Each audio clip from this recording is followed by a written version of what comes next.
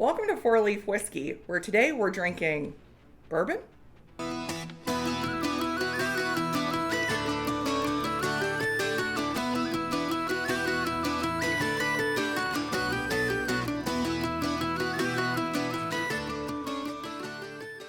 thanks to the generosity of everyone out there, I'm drinking a lot more bourbon these days. You guys have sent me samples. You guys have made recommendations. I've bought quite a few bottles. I went to Kentucky. I think I kind of know what I like. So I put together some blind head-to-head challenges. So let's see what I think is the best bourbon. All right, first up is the battle for wild turkey supremacy in my household. My husband prefers Wild Turkey 101. I prefer Wild Turkey Rare Breed. Let's see what I pick in a blind between these two. So on the nose, they're pretty much identical.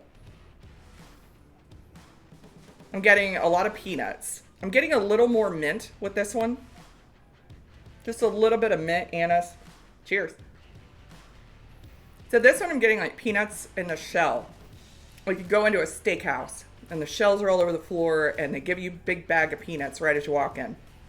Like just shelled peanuts. There's some vanilla, there's some brown sugar. That anise, minty anise note is still a little bit there, but just at the finish. Just a little bit at the finish. All right, sample 2.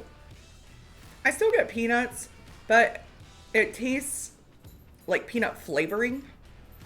Real creamy, a lot of vanilla. That spice that I got with the first sample isn't on the second one. The first one finishes with a little bit of spice, like clove, anise. Sample B doesn't really have that.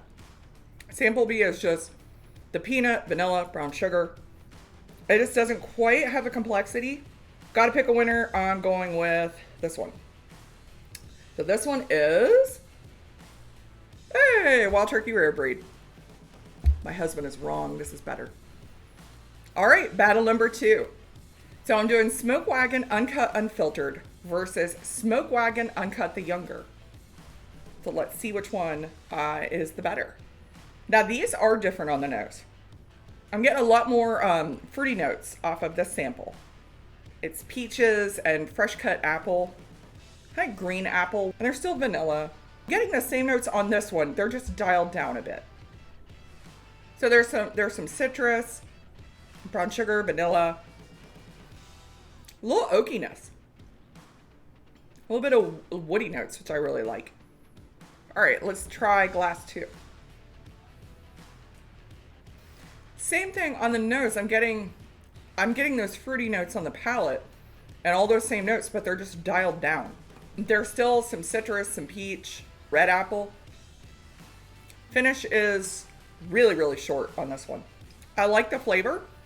I really like the notes going on here. I like a more fruity bourbon. I like the apple notes. I like the notes of peaches. It's not bad at all. I actually do enjoy it. I'm just finding I like one a little more. Apple, peaches. I sort of a little lemon in there. Finish is longer than glass 2.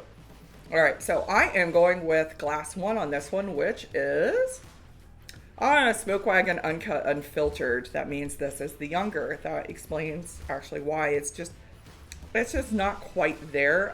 If the price is great on the Uncut the Younger, but I think I would spend the extra money and get Uncut Unfiltered myself. All right, next battle, the battle of the wheated bourbon. One of these glasses has Weller Antique 107. The other has Green River wheated bourbon. So for those of you who don't know me and wonder why there's no maker's mark in this challenge, I have a hate relationship with Maker's Mark. I don't like Maker's Mark. So we're going with these two. Let's see which one wins the wheated challenge. They're both really, really sweet.